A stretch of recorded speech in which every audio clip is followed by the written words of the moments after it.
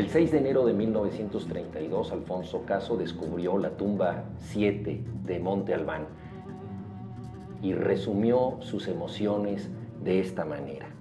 Al iluminar la tierra de la tumba, se veía brillar esta por las perlas, las cuentas de oro y las innumerables plaquitas de turquesas que formaron en un tiempo ricos mosaicos. Al salir de la tumba, estábamos absolutamente convencidos de la enorme riqueza material, artística y científica que habíamos descubierto. Y pensé que no recordaba, no tenía noticia de que se hubiera descubierto en América un tesoro de esta naturaleza.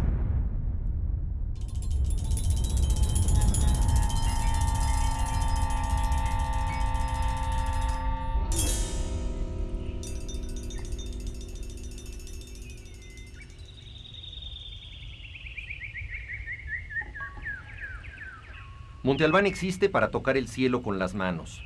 Los zapotecas crearon una explanada a la altura de las nubes.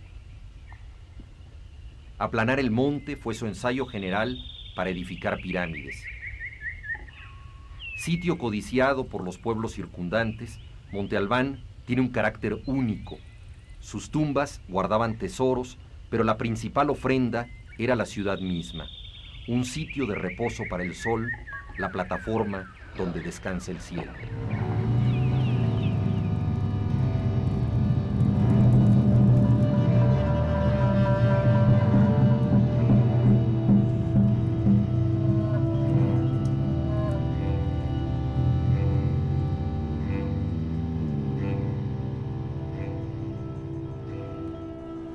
Hay que pensar que cuando se comienza la construcción de la ciudad, pues este era un cerro. Entonces la primera gran obra que hicieron fue la nivelación, ¿no? Es decir... Si no encontraron ellos esta meseta, No. sino que la tuvieron que construir, que es también un trabajo titánico. Tremendo, ¿no? Tuvieron que hacer toda la ingeniería, porque abajo corren todos los ductos de las salidas del agua pluvial, Toda la ciudad está atravesada de desagües. Así es.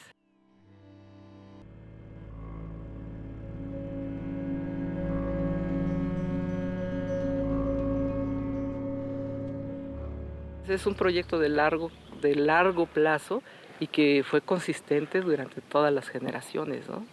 Hasta que termina la última construcción de Monte Albán fue así, ¿no? Fue abonar a un gran proyecto de ciudad.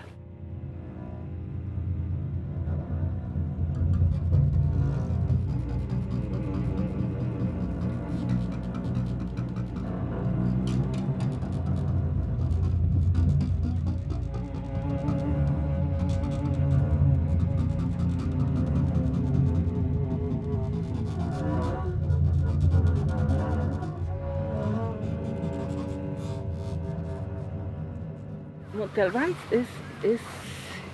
está fundamentado en la observación de los astros. Toda esta orientación perfecta norte-sur que tenemos de la plaza, todos estos paramentos que no tienen equivocación en el sentido de su orientación al norte y al sur, se debe a que los zapotecos observaban constantemente los astros, ¿no? Entonces tenemos por lo menos 3 observatorios astronómicos.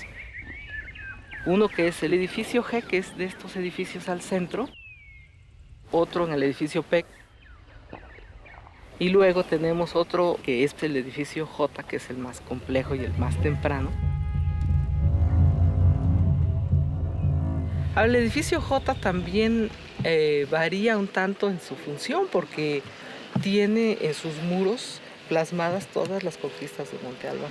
Entonces es un edificio propaganda, ¿no? Donde se están plasmando todas las lápidas de conquista y se van anexando los pueblos que se van conquistando, y entonces es el edificio donde públicamente el Estado zapoteco anuncia sus conquistas y con una fuerza enorme lo pone a la vista de todos los visitantes que llegaban aquí.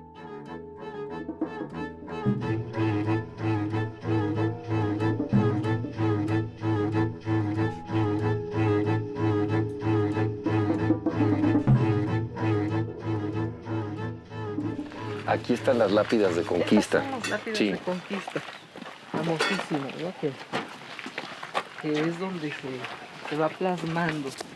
Sí, que es que una de las características que tienen, que hemos visto en reproducciones, es una cabeza que está ahora sí que de cabeza invertida. Las lápidas tienen como 3 elementos fundamentales, ¿no? Que es el pueblo subyugado, que es el que está de cabeza, ¿no?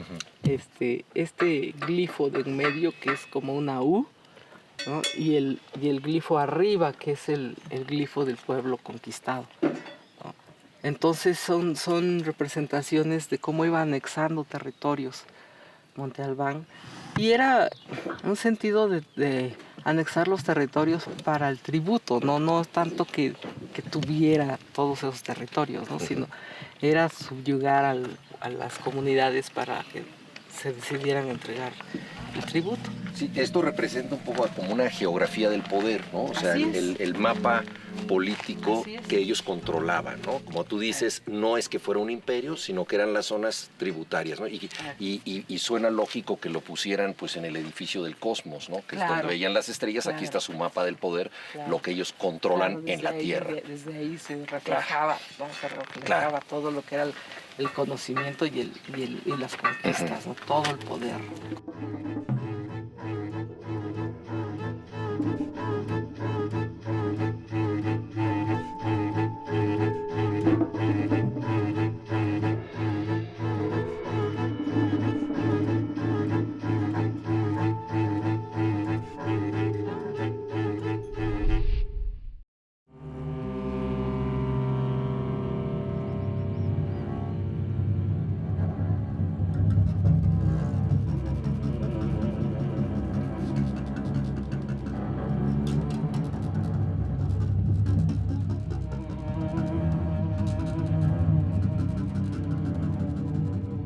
La plataforma sur es el edificio que, visto desde allá, es el más voluminoso.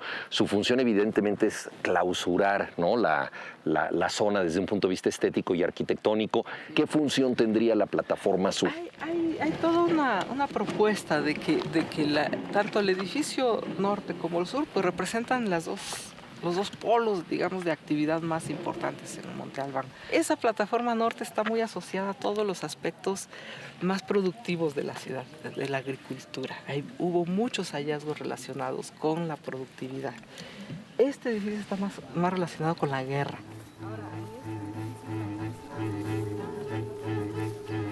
Entonces aquí en la base del gran edificio de la plataforma sur están los cautivos. Así es. Con fechas, sí. Aquí podemos ver dentro mismo del glifo, ¿no?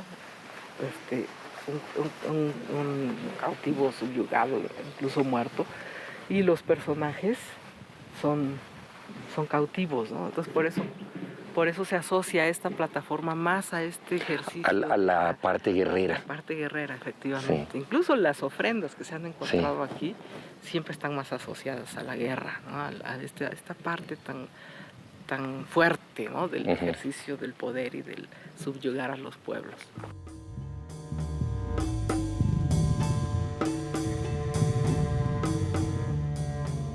Entre las muchas interpretaciones a las que se ha prestado Monte Albán se cuentan los bajorrelieves llamados los danzantes.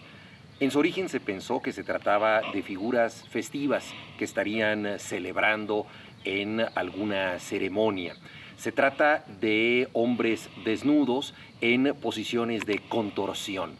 El famoso crítico de arte Paul Westheim dedicó un hermoso ensayo a hablar de la embriagadora fuerza de la danza que hacía que estos hombres desnudos se movieran de este modo.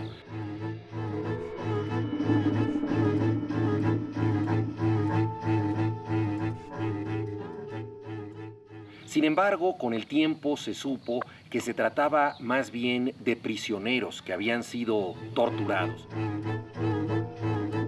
De acuerdo con la arqueóloga Joyce Marcus, ellos podrían ser también emblemas de un poder. Al mostrar a los prisioneros sojuzgados, se realzaba la importancia de los gobernantes de este sitio.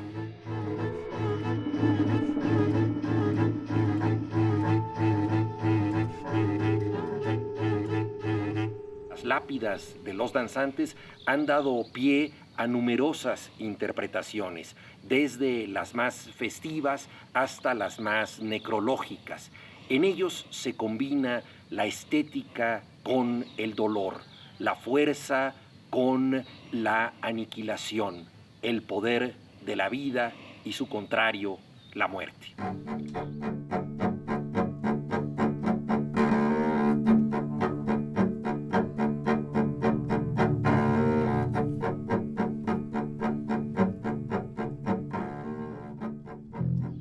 Esta es la galería que hizo Caso con estas piedras de danzantes que recuperó de varias edificaciones. Pues hay una lista de como alrededor de 500 piedras grabadas en la zona, ¿no? De diferentes épocas. Y de danzantes son más de 200, ¿no? Sí, de danzantes de la primera época son más de 200. Y entonces todos pues tienen esta... La característica de estar desnudos. Estar desnudos, son masculinos todos. Sí, en movimientos un tanto contorsionados. Así es, así es. Y con los rasgos olmecoides en los rostros, Sí. ¿no? Las caras regordetas, los labios tipo negroide, ¿no? Sí. Ajá. Y castrados, no todos, pero no varios todos, de ellos. pero varios, sí, Sí. sí.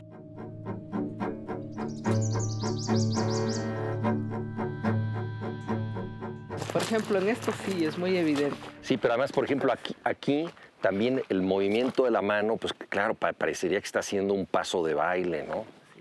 Y puede ser una contorsión de dolor, ¿no? Claro, claro. Otros como este, pues simplemente, bueno, todos están muertos, todos tienen los ojos cerrados. En algunos casos las lenguas de fuera.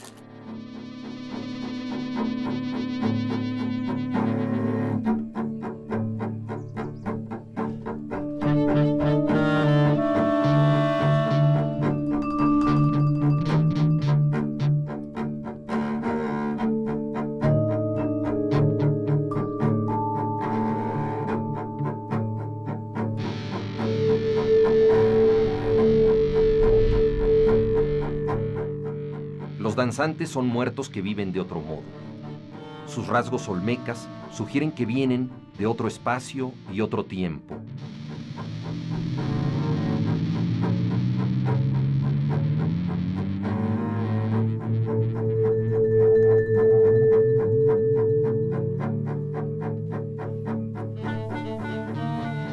Fueron vencidos y otros presumen su captura. Como las lápidas de conquista en el observatorio principal, sugieren que el dominio del cosmos pasa por el dominio de otros pueblos.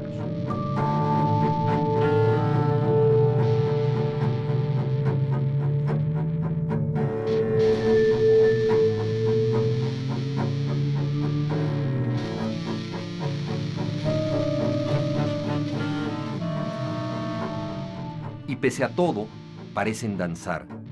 Muertos, mutilados, revelan que el más allá es un sitio muy movido. Bailan en su otra vida, en la agitada posteridad de la escultura en piedra.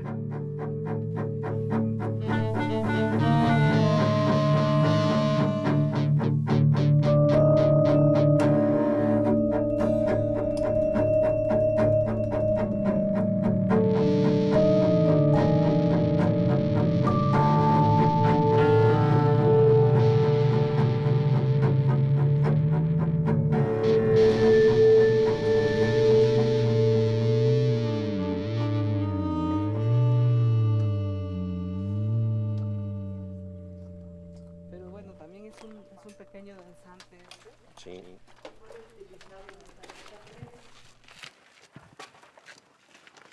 Este es su lugar original. Aquí fue donde empezó Batres, aquí fue donde continuó Caso, ¿no? Es el punto de partida de la arqueología de Monte Albán. La arqueología de Monte Albán, esta esquina.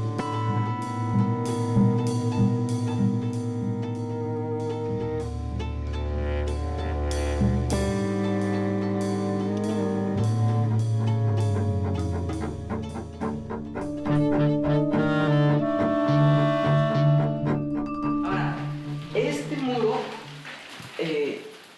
tendríamos que abrirlo, continuarlo para ver si el texto que está representado aquí continúa, y entonces poder ver toda la fachada y poder ver lo que realmente veían.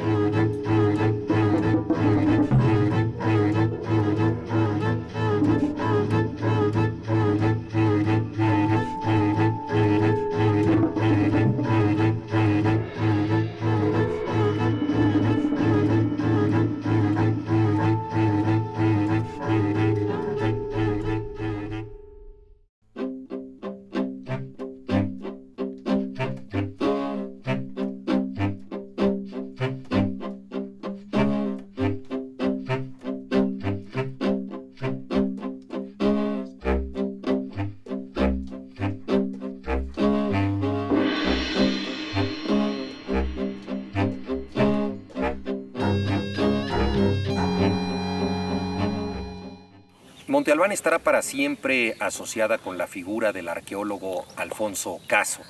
Pocas personas han hecho más para descubrir los misterios del México antiguo. Ya en 1928 Caso había estudiado las urnas funerarias zapotecas y a partir de 1931 inició una larga serie de actividades como arqueólogo de campo en este sitio.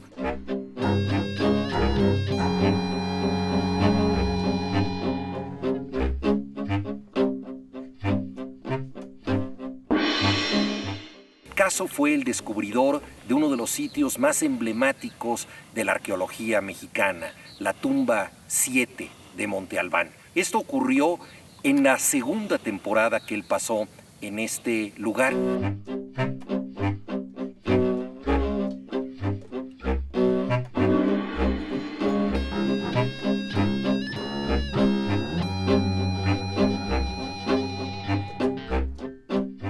El 6 de enero de 1932, el Día de Reyes, se encontró con la extraordinaria fortuna de excavar los tesoros más valiosos que jamás se han encontrado en el mundo antiguo mexicano y que solo se pueden equiparar en el continente con algunas tumbas que se han hallado en Perú. La ciudad de Monte Albán estará siempre ligada a lo que él encontró aquí.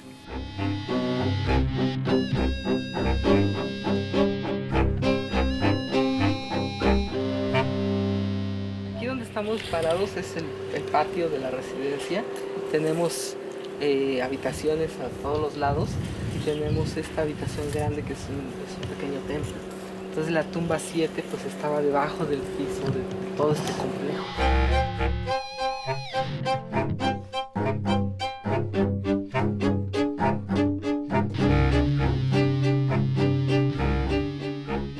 A regresar a ese 6 de enero de 1932 en que Alfonso Caso y su equipo entraron aquí por primera vez. Vamos a entrar al recinto de la tumba 7.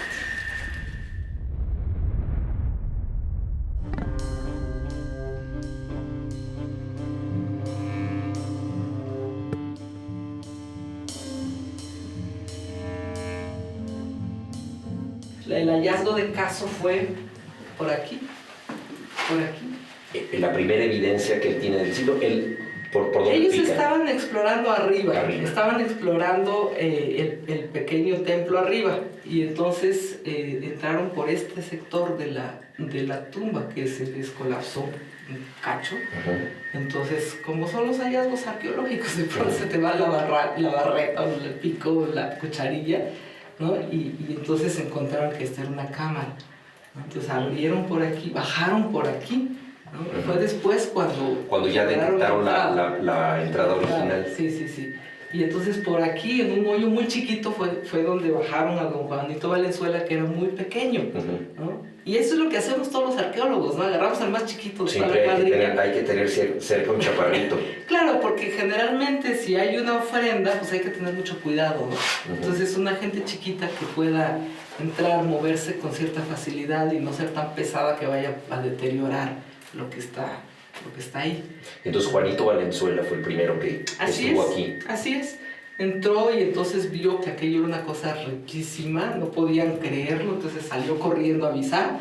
Caso no estaba en Monte Albán en ese momento, ¿no? Entonces lo esperaron a que él llegara había bajado por la raya, dicen, ¿no? Entonces cuando él regresó fue que le avisaron que habían encontrado esta tumba. Entonces Caso se asomaba pero no bajaba porque no cabía, él era un hombre muy corpulento, ¿no? Entonces hasta que pudieron abrir lo suficiente y establecer aquí unas áreas de seguridad que lo bajaron.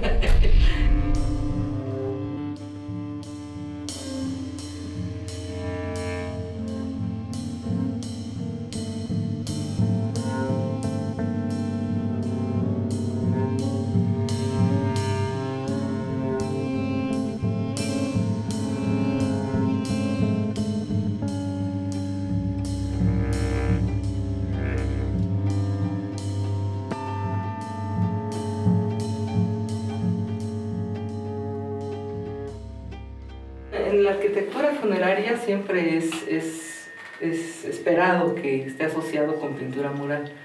En los muros se representaban escenas pues sobre todo religiosas, ¿no? Sacerdotes, sacerdotisas, dioses y diosas que acompañarían a los difuntos en su viaje al inframundo.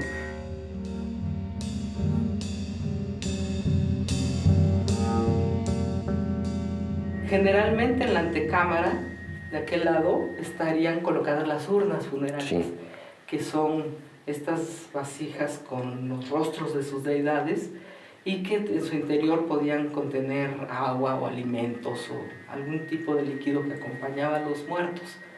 Pero la verdadera tumba es aquí donde estamos parados nosotros, es decir, de allá para acá se depositaban a los cadáveres. En la época zapoteca, ¿no? Pues entraría un cadáver aquí, generalmente con la cabeza de aquel lado, del lado poniente, y así con sus extremidades hacia el oriente.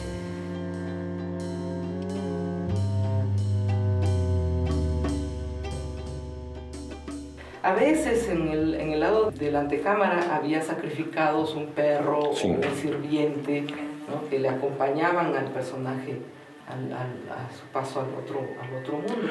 Entonces, esa es, en términos generales, la expresión zapoteca de los enterramientos.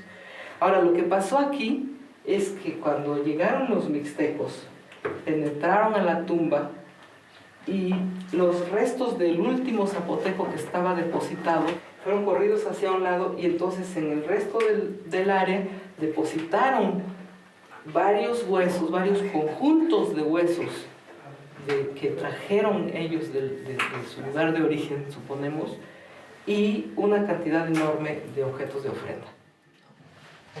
Que estaban aquí todo lo que se encontró de jade, oro, todo. El tesoro estaba aquí.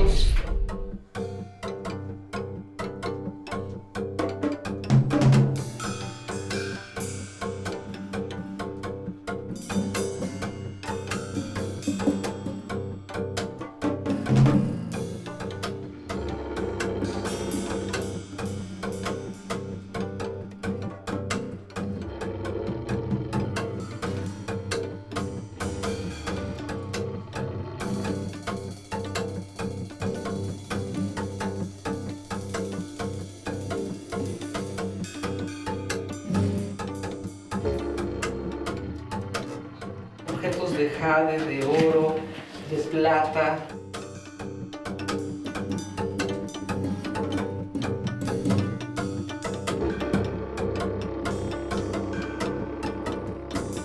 De modo que hay que entenderlo como traer lo más valioso de tu cultura a otra cultura que admiras y respetas.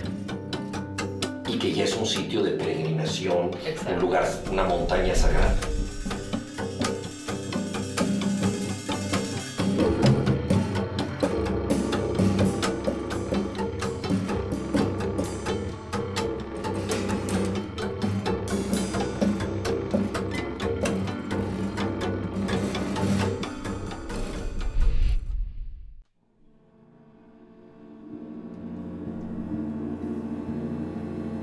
El mundo entra en reposo en Monte Albán. La luz, la atmósfera y la geometría producen un efecto curativo. En esta ciudad, tener prisa es un error estético. Por más que te muevas, todo está en calma.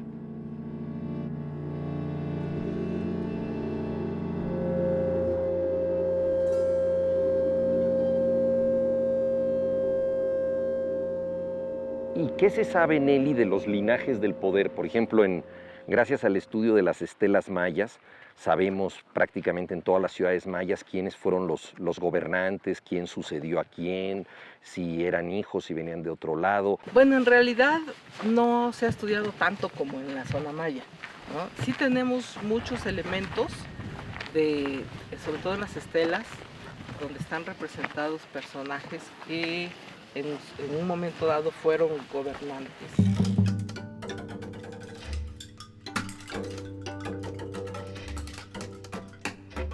Las investigaciones que se están haciendo tienen que ver precisamente con determinar si son gobernantes de Monte Albán, si son gobernantes de otros lugares, si están representados ahí porque estaban entronizándose para servir a Monte Albán.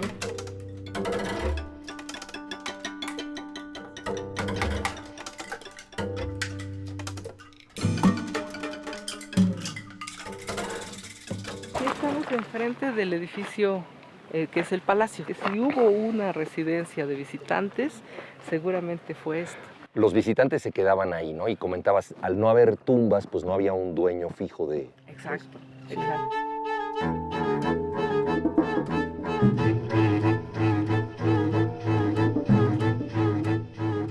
Es una casa muy exclusiva que tiene una entrada ciega para evitar que desde la plaza se pueda ver algo aquí. Todo esto, Nelly, estaría pintado, ¿no? Podemos pensar con estuco y decorado. La mayoría de los muros siempre Sí. estuvieron con estuco y alguna decoración, a veces con pintura, a veces con relieves, ¿no?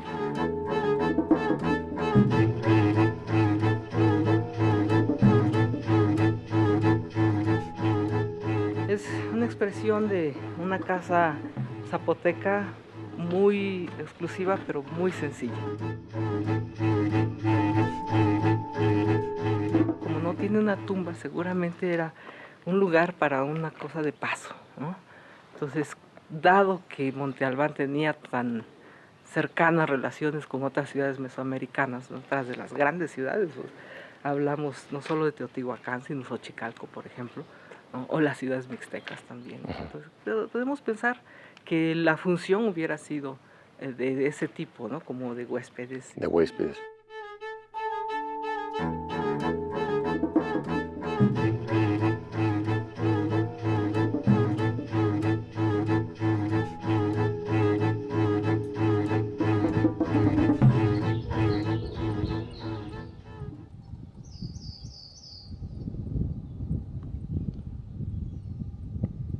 Eso es Atzompa. Allá arriba donde se ven las excavaciones. En ese cerro. Es el proyecto nuevo. Monte Albán fue una ciudad enorme, Sí. enorme, ¿no? Tenemos delimitado oficialmente 2.078 hectáreas, ¿no? Entonces es una ciudad muy grande que abarca la plaza de Monte Albán, donde estamos, que es este cerro grande, Atzompa, que es el cerro más al norte, el Cerro del Gallo, que está aquí en medio, que todavía no se explora. Atzompa formaba parte de la ciudad, tenía funciones militares, de residencia. ¿Cuáles eran las funciones de lo vigilancia? Que estamos encontrando en Atzompa sería más como un enclave para vigilancia, precisamente porque es una ciudad tardía, esa es de la época 3B4, estamos hablando de 500 después de Cristo y hacia adelante. Entonces, ¿qué estaba pasando en ese momento? Que Monte Albán ya tenía muchas presiones por todos lados.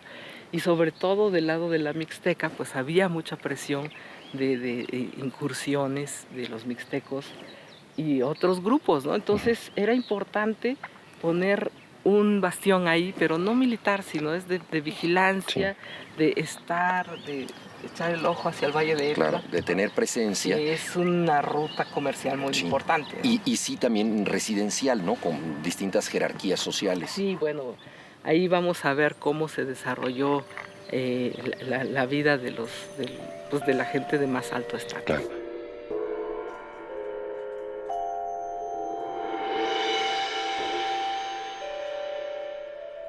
Los cerros del Valle de Oaxaca se unen por la mirada. Atzompa es otro barrio de una ciudad donde las laderas y las colinas forman parte del paisaje urbano. Los habitantes privilegiados no escogían un suburbio, escogían una montaña.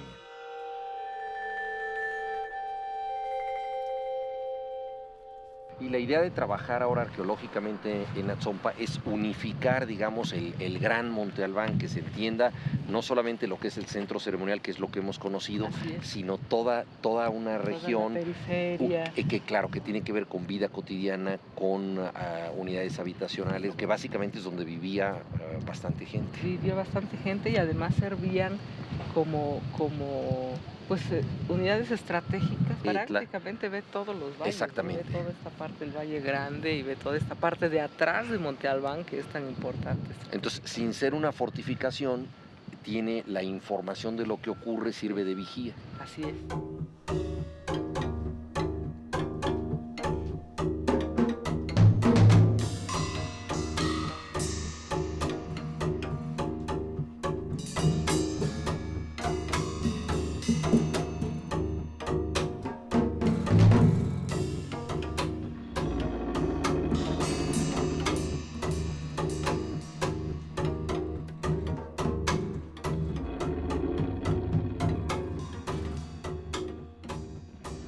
Este es el mirador por excelencia de esta parte de la ciudad. Entonces planearon esta terraza abierta para poder observar de aquí directamente Monte Albán, que es donde están los árboles.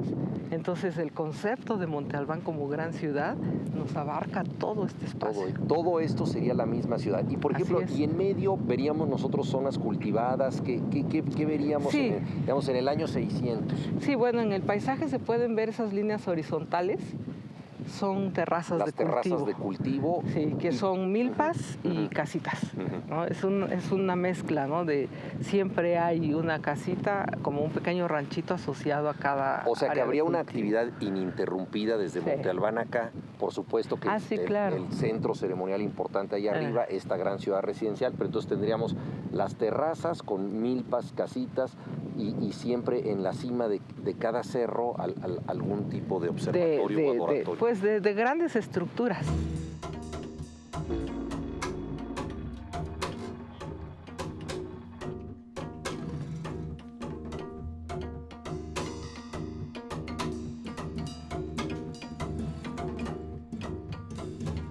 Esa es una de las dos casas más grandes y más importantes que se han explorado aquí. Y de hecho, su exploración inició durante el proyecto de Caso. El estado de Monte Albán mandó a Jorge Acosta a hacer algunos pozos en esta casa para, sobre todo, documentar la estratigrafía y buscar tumbas. Y fue hasta ahora que nosotros vinimos con un nuevo proyecto que se rescató completa.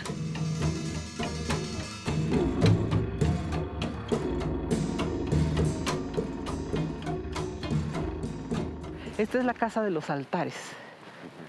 Esta es muy interesante porque tiene toda esta área vestibulada, muy elegante, estucada toda. Tenemos una entrada ciega por aquí.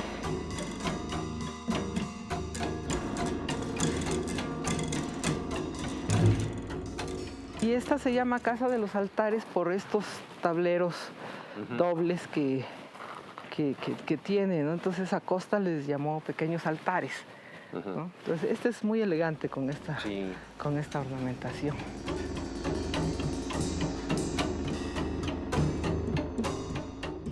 Y si vemos por aquí arriba, podemos ver el área de la casita de servicios que yo comentaba, que es la que complementa la dinámica de esta casa, ¿no?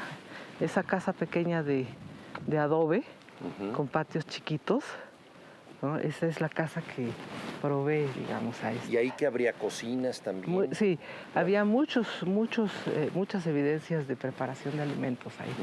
Cocinas, cenizas, mucha cerámica rota, ¿no? Entonces sí, esa casa tuvo una actividad doméstica muy, muy grande.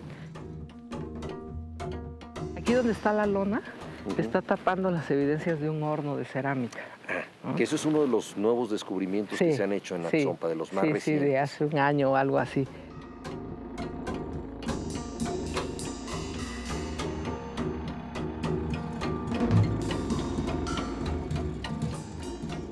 Se encontró a final de la temporada 2010. Estábamos trabajando en la erección de esta fachada, que es la fachada norte de Casa de los Altares. Entonces, como parte del proceso de la excavación y de dejar un corte, un fin de excavación, localizamos una oquedad en el piso estuco, que es con el cual estamos ahorita parados. Y bueno, a partir de esa oquedad decidimos hacer un sondeo. ¿Por accidente? O sea, Sí, prácticamente fue por accidente porque era para delimitar la excavación y ponerle un fin. Entonces, a la hora de llegar al fin que habíamos nosotros marcado, fue que vimos la oquedad, decidimos ampliar y hacer el sondeo y bueno, lo que nos arrojó fue el horno de cerámica. Y una cosa muy interesante que estaba yo leyendo es que los hornos que se utilizan en el Valle de Oaxaca son estos. Es decir, estamos hablando de una tradición milenaria que llega hasta nosotros. Así es, y más que estamos a un lado de una comunidad que se dedica a la alfarería totalmente, es su sostén económico. Sí. Entonces hay una relación directa entre la comunidad contemporánea y la zona prehispánica de Atzompas. Y aquí, por ejemplo, la alfarería que se hacía era para el... ¿Se puede saber eso? Si era para el consumo local aquí de la ciudad o era para venta, para llevar a otros lados. Eso es difícil de determinar en este punto de la investigación. Lo que sí tenemos es que aquí en este espacio, en este cuarto, había unas ollas muy grandes. Unas ollas de más o menos 1 metro de alto y 60 de diámetro. Entonces, el horno era para estas ollas. Y estas ollas, por el tipo de bruñido que tiene y del acabado, parecería ser para contener agua. Entonces, ese tipo de ollas asociado a un espacio como el que tenemos de Casa de Altares, habla de un control sobre el almacenamiento y sobre la producción de las ollas.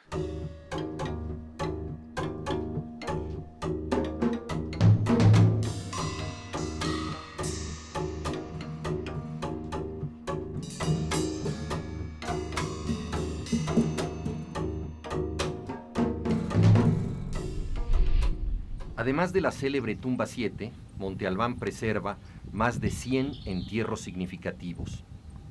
Estar ahí es ya una forma de estar en el cielo.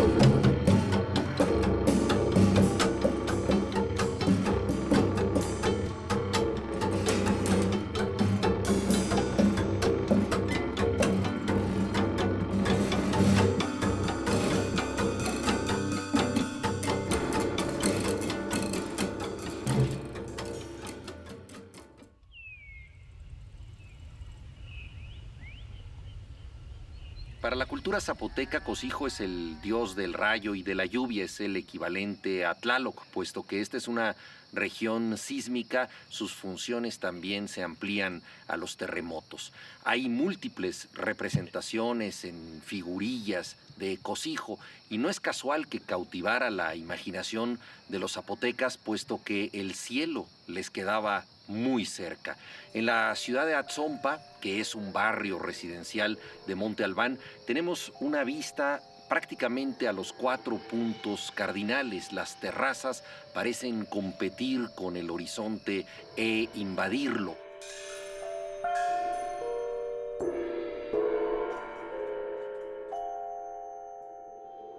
Durante mucho tiempo se exploró Monte Albán y se ignoró esta parte cercana que estaba en el siguiente cerro y que sin embargo formaba parte de la misma ciudad. Hoy, Atzompa, el barrio residencial de alta jerarquía de Monte Albán, nos revela cómo la orografía de esta región podía unir a una ciudad a través de distintos cerros y bajo un mismo cielo.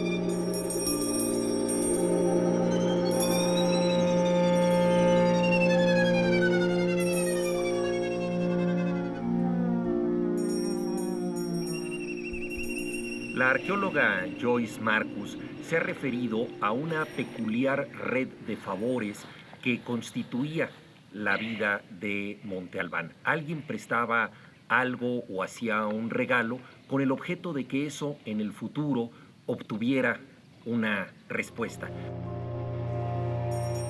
Se le llamaba a esta situación la guelaguetza. Así se aceitaban los lazos sociales y se creaba una cultura de la interdependencia. ¿Y qué es la arqueología sino una reciprocidad postergada? Una ofrenda hecha en el pasado que mucho tiempo después habrá de ser descubierta. La guelaguetza que hicieron los zapotecas, este favor dejado en el pasado, encuentra como reciprocidad la arqueología del presente.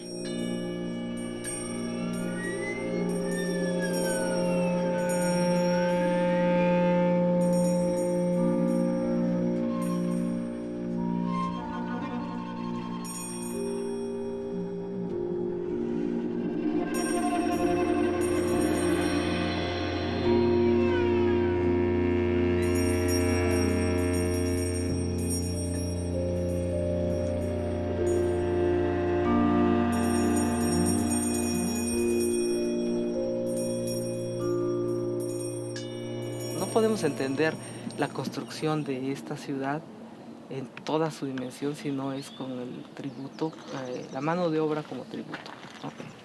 Tenemos que entender, por ejemplo, que aquí arriba no hay agua, entonces incluso la traída del agua era un tributo, la traída de la piedra, de la cal, la mano de obra para construir, la organización de los trabajadores para subir las enormes lápidas a los dinteles, a las bóvedas, a las tumbas. Todo eso pues es parte del tributo que se pagaba trayendo gente, trayendo mano de obra para la construcción.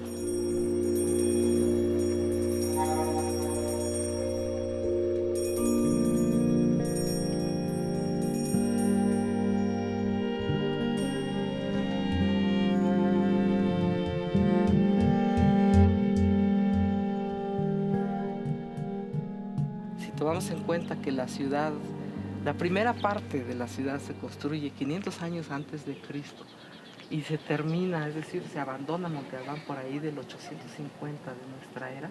Tenemos fácilmente 13 siglos de construcción constante, de un cambio de la expresión de la ciudad que constantemente se está construyendo y reconstruyendo.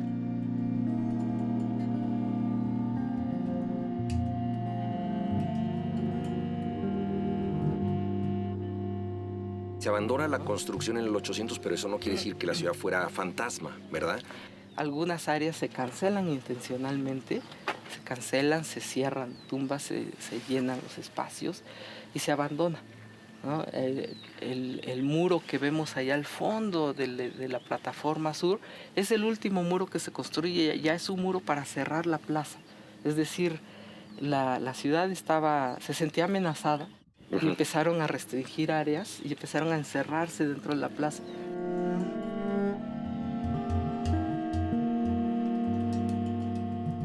Para 900 la ciudad está abandonada.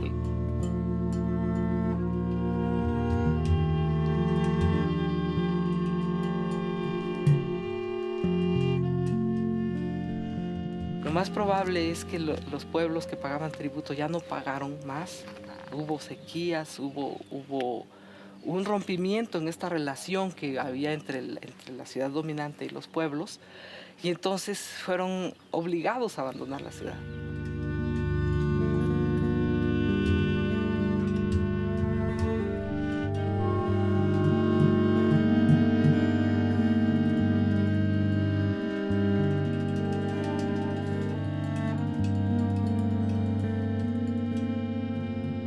Los zapotecas tenían la creencia de que sus ancestros se convertían en nubes. No es difícil compartir esta creencia al visitar Monte Albán. En el cielo, más que nubes, se ve un pueblo que regresa a contar su historia. En lo alto están las voces de los ancestros.